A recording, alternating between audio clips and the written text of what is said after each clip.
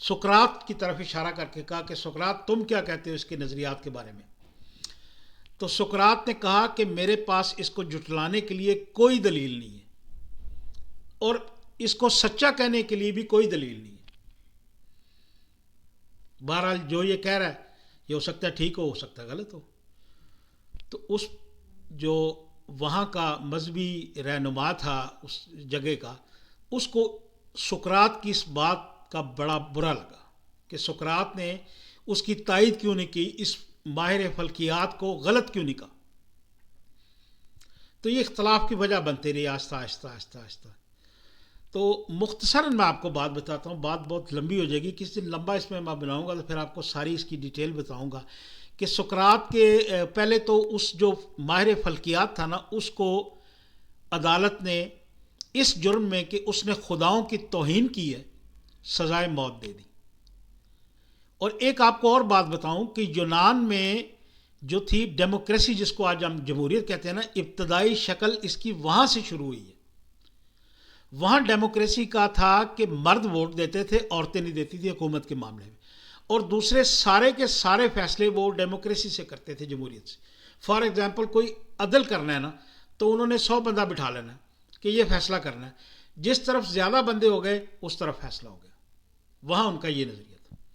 اور سقراط اس ڈیموکریسی سے بھی بڑا بدظن تھا۔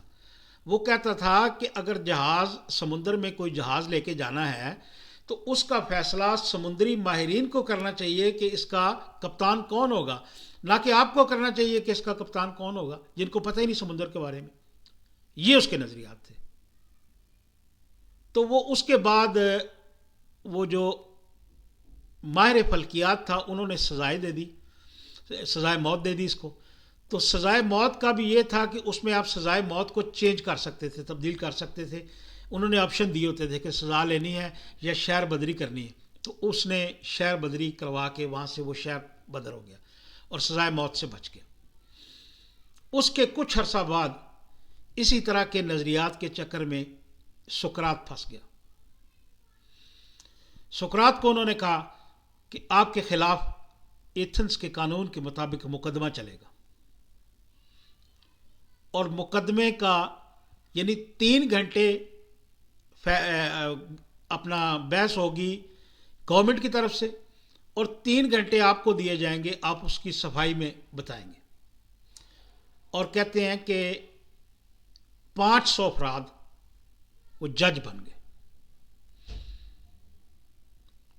ایک دن مقدمے کا تھا، اس دن پہ وہ سارے اکٹھے ہو کے آ گئے، سقراط بھی آ گیا، گھڑی انہوں نے آن کر دی، اور پہلے 3 گھنٹے تک وہ دلائل دیتے رہے سقراط کے خلاف کہ اس نے یہ کیا، اس نے یہ کیا، اس نے یہ کیا، جو بھی الزامات تھے وہ انہوں نے لگائے۔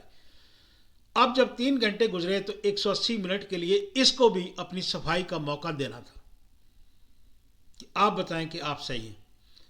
تو کہتے ہیں کہ اس نے کوئی اس مقدمے پہ بات نہیں کی، کوئی ایسی بات کہ اپنے آپ کو بے قصور ثابت کرتا، بلکہ اس نے اپنے نظریات لوگوں کے سامنے رکھے کہ میں یہ کہتا ہوں، میں یہ کہتا ہوں، سچ بولنا چاہیے، فلاں کرنا چاہیے، فلاں۔ تو کہتے ہیں کہ فیصلہ جب ہوا نا 6 گھنٹے کے بعد جوری نے فیصلہ سنایا تو 280 افراد نے اس کو سزائے موت دے دی، اور 220 افراد نے اس کو بری کر دیا۔ اس کا مطلب یہ تھا کہ اس کو سزا ہو گئی 280 میں۔ تو سزا کے لیے ان کا قانون یہ تھا کہ آپ موت کے لیے چوائس آپ خود کرتے ہیں کہ آپ نے کس طرح مرنا ہے، پھانسی سے لگ کے مرنا ہے، زہر پینا ہے، کچھ جس طرح آپ چاہیں گے آپ کو ماریں گے۔ اور دوسرا اس میں آپشن یہ تھا کہ آپ اگر یہ اپیل کریں جوری سے کہ مجھے معاف کر دیا جائے اور میری سزا کو تبدیل کر کے شہر بدری میں کر دیا جائے، جیسے وہ ماہر فلکیات کو کیا تھا، تو اس کے دوستوں نے اسے کہا کہ یار اپیل کر کے نا، اس کے شاگرد بھی تھے افلاطون، جیسے میں نے آپ کو بتایا، اور بھی 1-2 نام ہیں وہ میرے ذہن میں نہیں ہے، تو انہوں نے اس کو کہا کہ آپ اپیل کریں اور اس کو سزا کو بدل لیں اور شہر کو چھوڑ کے چلے جائیں۔ تو اس نے کہا کہ نہیں، اس شہر کا قانون ہے، میں اس شہر کے قانون کو اگر نہیں مانوں گا تو لوگ کیسے مانیں گے؟ میں اس شہر کے قانون کو توڑ نہیں سکتا۔ تو پھر اس سے پوچھا گیا، اس کو قید کر لیا، اس سے پوچھا گیا کہ کس طرح مرنا پسند کرو گے؟ تو اس نے کہا تھا کہ میں زہر کا پیالہ پیوں. تو وقت مقررہ پہ کہتے ہیں اس کو بیڑیاں لگا کے ہتھکڑیاں لگا کے لایا گیا. تو اس کے جو چاہنے والے تھے ان کو بڑی تکلیف ہوئی. تو یہ بیٹھ گیا اور زہر کا پیالہ انہوں نے دیا ان کو.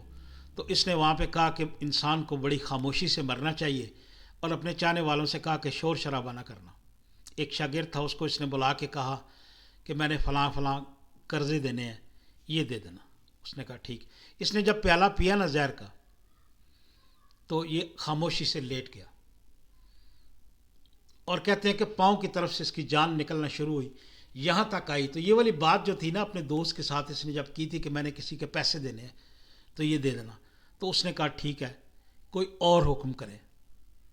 اور حکم کرنے کی اس کو مہلت نہیں ملی اور کہتے ہیں کہ وہ خاموش ہو گیا. سقراط مر گیا. یہ تھا سقراط جس نے سچ کے لیے اور اپنے شہر کے قانون کو عزت دینے کے لیے اپنی جان قربان کر دی.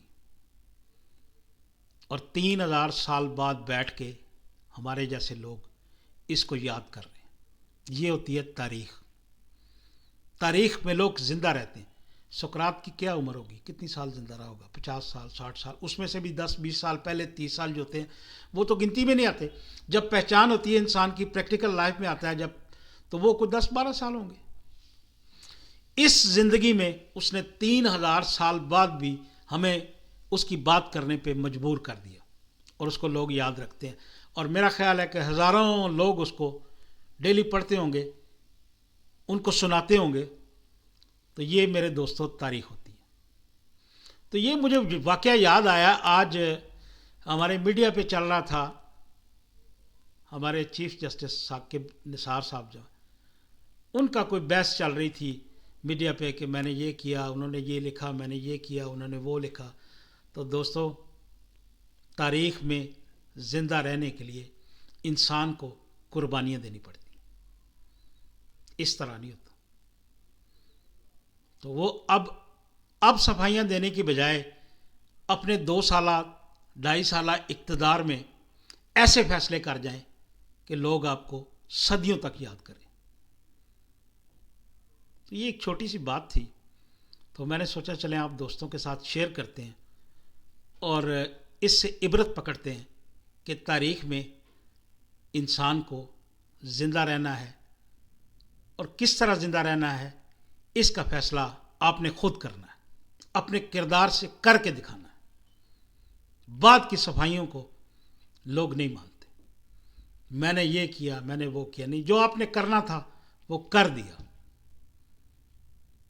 تو جو ماضی کی مثالیں ہوتی ہیں وہ فیوچر کے لوگوں کے لیے ہوتی ہیں کہ وہ پنجابی, ہمارے پنجابی وہاں مثال دی جاتی ہے بھینسوں کے بارے میں کہ بھینسیں چلتی ہو نا, تو ان کے بارے میں جو پنجابی سمجھتے ہیں کہ کہندے اگلیاں کھبن تے پچھلیاں ترین.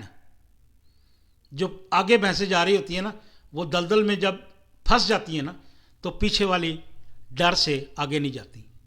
اس کو کہتے ہیں کہ اگلیاں کھبن تے پچھلیاں ترین.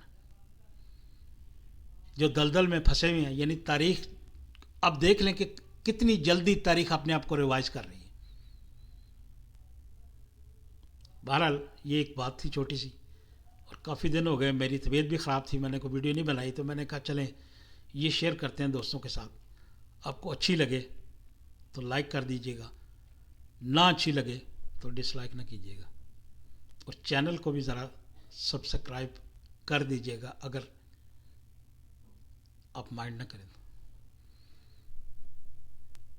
Thank you very much.